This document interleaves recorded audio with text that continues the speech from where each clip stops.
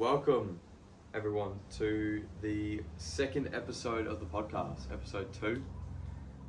Today, the topic is around mental health, and especially towards athletes and sports people. I feel like this is an important episode, especially putting in the earlier episodes that are planned, just because mental health, especially towards athletes, and because one of my main categories of this podcast is sport,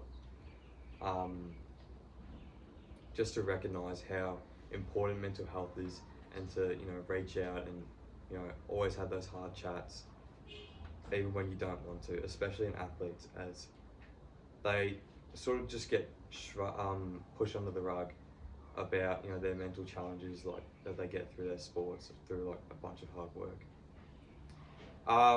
When researching for this episode, I just jotted down some different takes that I thought of whilst researching, and so just when it would pop into my mind, I would just write it down straight away. I feel like poor mental health was much more prevalent many decades back, maybe 50 years back, like when my parents were around my age, or 40 years ago. It was more prevalent then, but it was much less talked about than it is now. I feel that back in the day, my dad would always talk about how much shit they'd give each other mates, give their mates, back and forth all the time. And I feel like the banter back then was a lot more ruthless than it is now, as because the culture changes over time.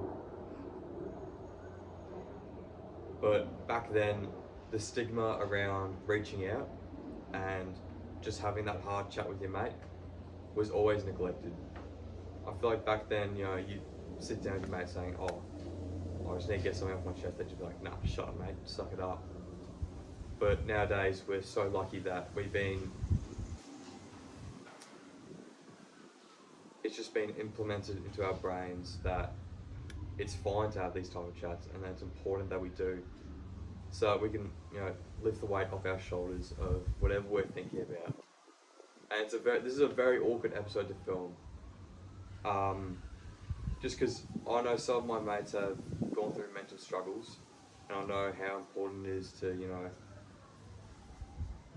even though there's not going to be too many viewers or listeners on the first few episodes, that even a couple people hear this, just so that they know that it's really important to check up on your mates all the time. I feel like as female elite level sports has come on the rise in the past few decades, mental health, or reaching out in terms of mental health, has become a lot more prevalent. This is mainly towards females are statistically more likely to seek a psychologist or therapist for their mental health problems rather than men. And by having more female athletes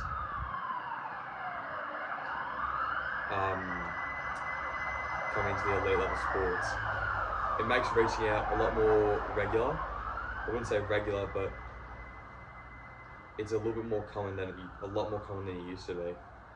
Just because females are going to the same profession as male athletes, like the Carlton female team and the Carlton male team being at like the same facility, and seeing the female athletes talking to the club therapist or psychologist about problems, it causes like a little domino effect for other male athletes to use the psychologist, as it's so beneficial. And I feel like everyone should, at least one time in their life, reach out to a therapist or psychologist, even if they're not having the biggest problems, or even just a mate, just having someone to talk to.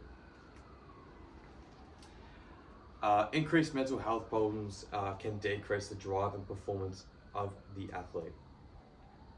So athletes they quite commonly not diagnosed but suffer from depression and anxiety throughout their lives,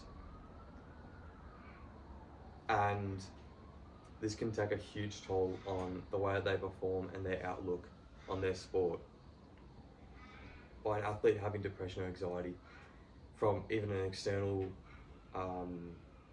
source, or not source, but external factor or situation, it can cause them to take a huge toll on their sporting outlook and what they want to do with their life, and if they want to keep pursuing the sport, especially at a higher level. This is very common, especially in a lot of AFL athletes. We've seen this with Tom Boyd. 8 months after the Western Bulldogs grand final win, he was granted leave of absence to treat clinical depression. And same with Barry Hall, who, for those who don't know Barry Hall, he's one of the blokiest AFL players ever. He famously knocked out West Coast Eagles player mid-game, and was just known for being the toughest guy around. But even after, in 2017, in April, he faced mental health challenges months after retirement.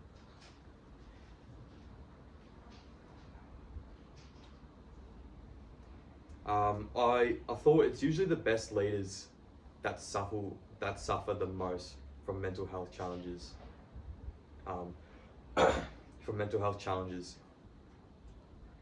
As I feel like the leaders are the funny blokes in the group or the team.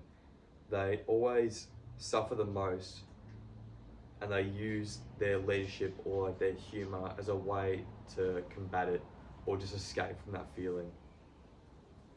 And you always see them smiling and happy when they're around you, but they're always, sad when they're at home or just by themselves. They just can't handle it, and that's a lot of the times why the funny bloke in the group will always be with his mates. It's always just trying to escape it, which is the same case for athletes. Athletes, a lot of the time, will train and use exercise as a way of escaping their mental health challenges, and then use it as a way to improve it as well. As I think exercise is very important in terms of improving mental health. I think it's a great tool to combat the way that you're feeling, and use it as a sort of motivation to improve yourself. Athletes whose sports are in winter season are more likely to deal with mental health challenges rather than summer sport athletes. I thought of this as we're coming into summer. My mood recently has just been up all the time. Waking up this morning and seeing a bright blue sky and the sun just beaming into my room.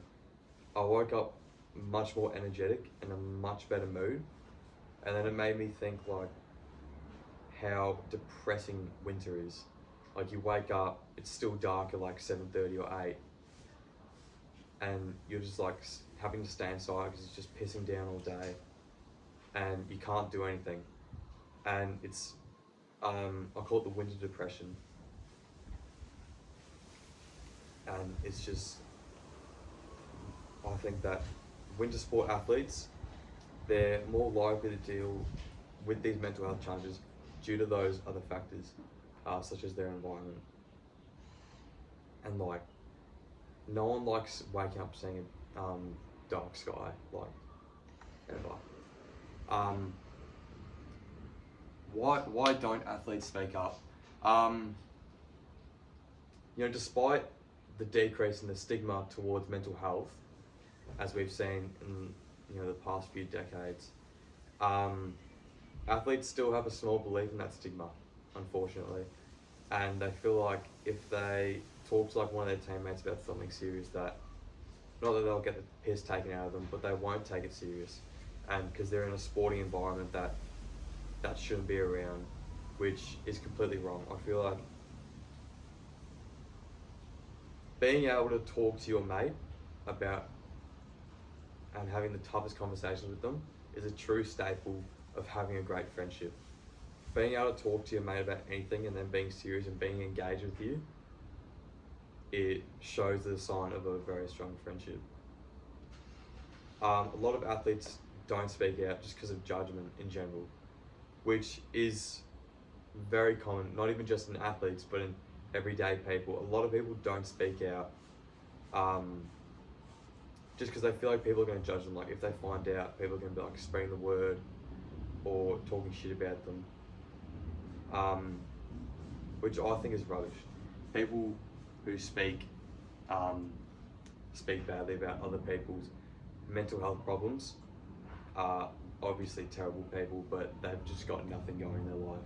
And in some way, they're jealous of the fact that you're speaking out about this because they're holding a grudge about something that they haven't spoken out about yet. Yeah, a lot of athletes don't speak out just because of embarrassment. That links into judgment. Today, actually, at school, we had a Tomorrow Man, like a little mental health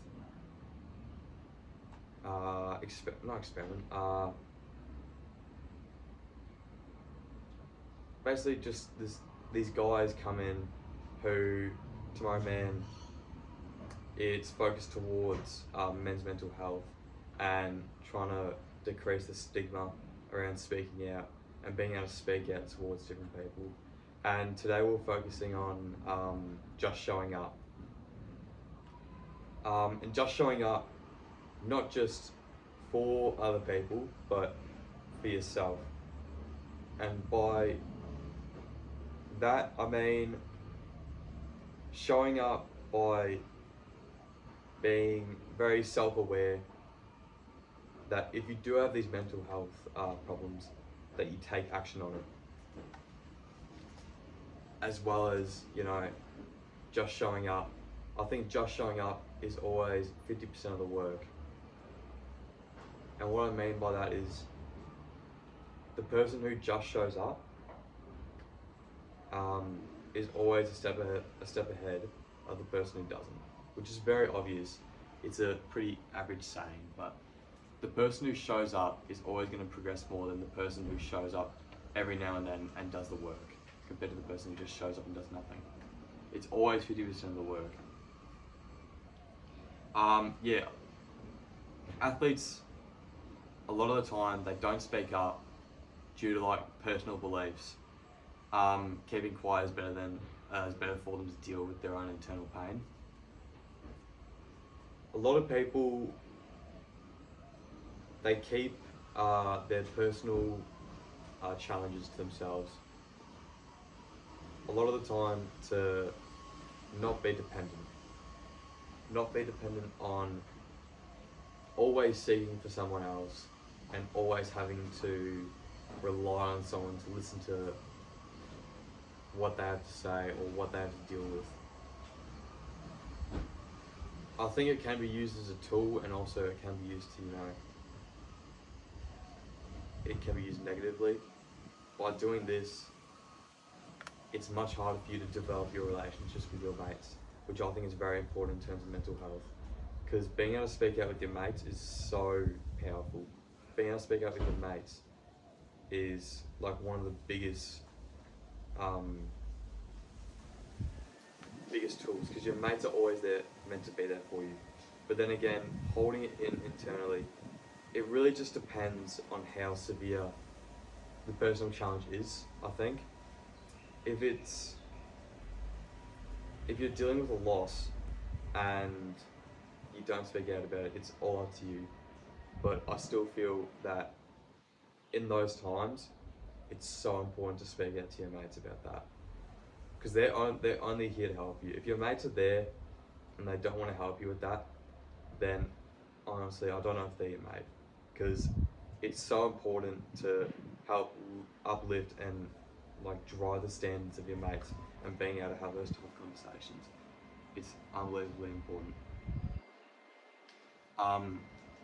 There was a study done on college students in America that showed that 33% of college students experience significant symptoms of depression, anxiety, or other mental health conditions. Among that group, 30% seek help, but of college athletes with mental health conditions, only 10% do, which is a third decrease just to the regular students, which just comes to show how strong the stigma towards athletes speaking out has been, and how much is implemented into their brains. The predominant mental health disorders are depression and anxiety, and this will affect up to 35% of athletes, which doesn't sound like much, but when you compare it to like the NBA of 30 teams, 150 starting players, 53 of those will statistically suffer from mental health, as well as in AFL, 18 teams and 324 starting players on the field, 113 will suffer from mental health problems, which doesn't sound like much, but when you think about how many athletes there are in the world, that stacks up to like millions, if not billions. I think it's just so important that we normalise speaking out. And what I learned from today in the Tomorrow Man, I don't know what you call it, just from the Tomorrow Man thing that we did today. We did this activity where we were just randomly partnered up, and we had to grab 2 chairs and sit a metre from each other and just sit face to face. And we had to talk about someone who we let down and how that affects our values, or like comes into play with our values. And after doing that, you get the biggest lift off your shoulders. Like, you just feel so much better. Like, learning to speak out, especially to someone, I had to speak to someone who I wasn't really mates with, and that I've never really actually talked to at school at all. And being able to talk to him about something that's so personal to me that I'm not sure I've ever actually told anyone about, it's just the biggest sigh of relief that you know someone is understanding of you. And then vice versa, he did the same to me. And it's just so, I don't know how to explain it, but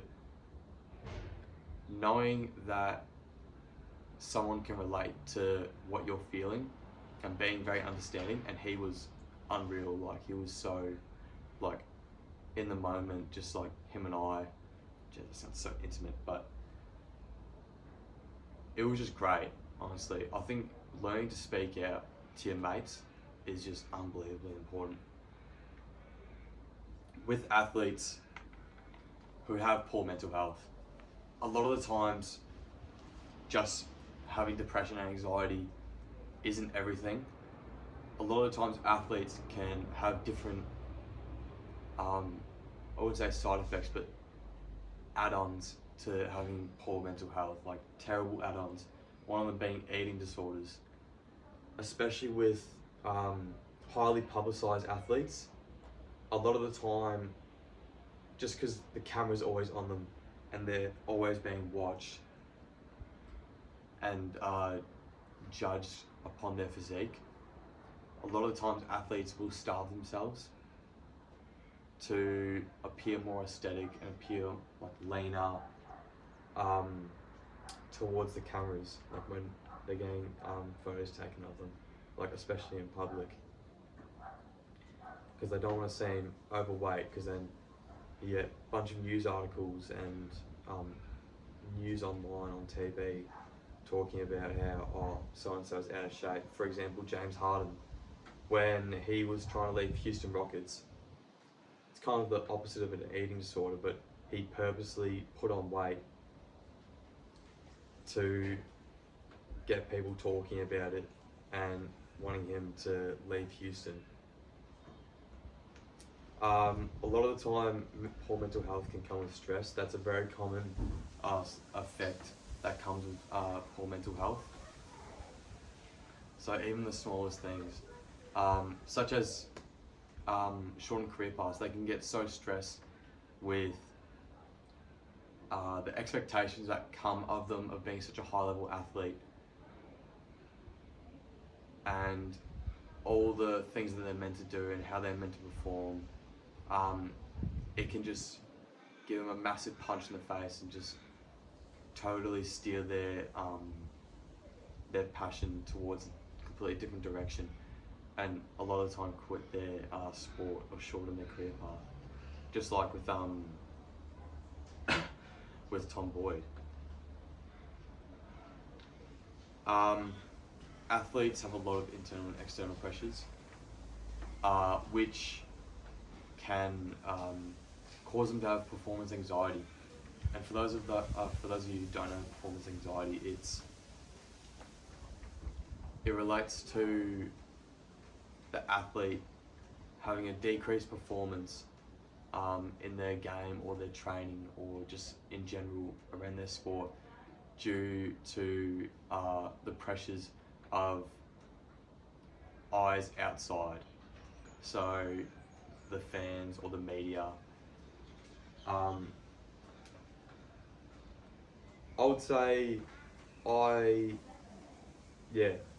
in my year 10 year, when I was playing for my school team for first, I would say my performance anxiety was through the roof. I was so shit scared of literally just mucking up anything that I would just like barely work to get the ball or impact, because I felt as if I was to stuff up, I would lose my entire reputation. Not even reputation, but everyone would just be like, oh, this fuck shit, don't give him the ball. So then I wouldn't even like try and like impact whatsoever. And it's a big reason towards why a lot of athletes quit early or shorten their career paths. A lot of time because of performance anxiety. Before I wrap this episode up, I didn't want to make it too long. I feel like we just need to apply. What I want to get out of this is to get other athletes and other people to apply more mental health programs towards like their groups or their local teams or any of that stuff. I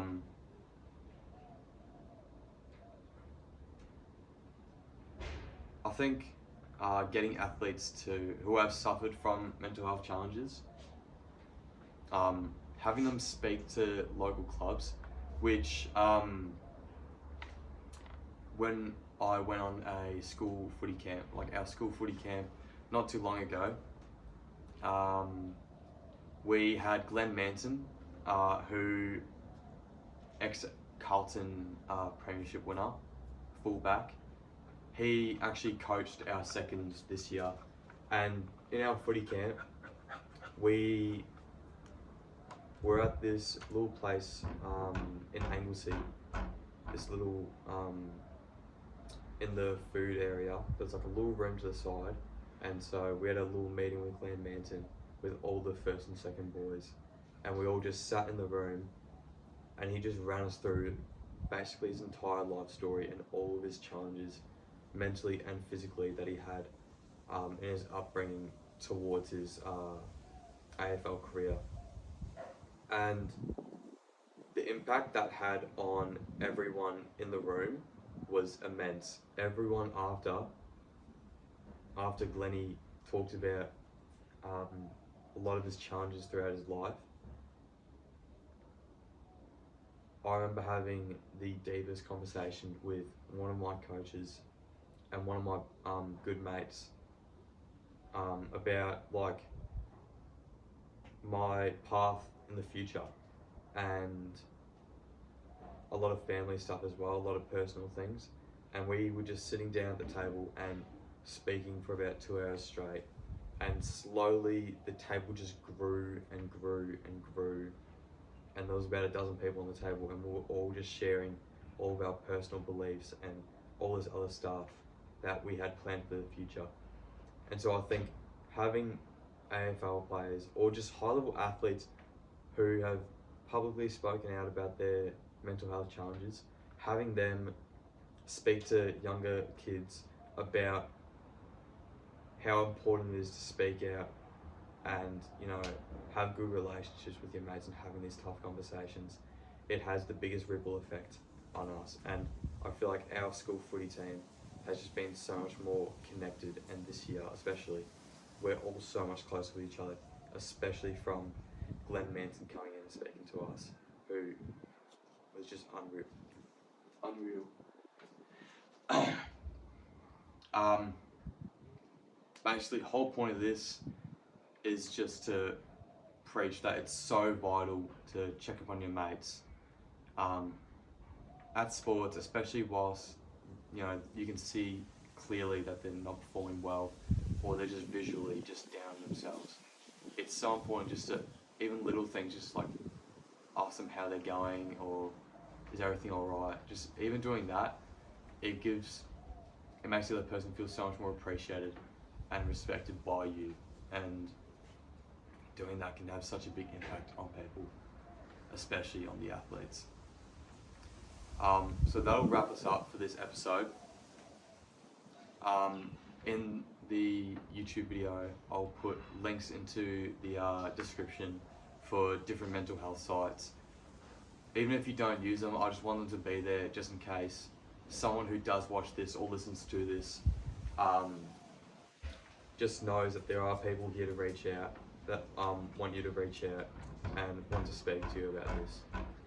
So thank you guys very much for listening to this episode. I really do appreciate the people who are tuning in, and I'll see you in the next one.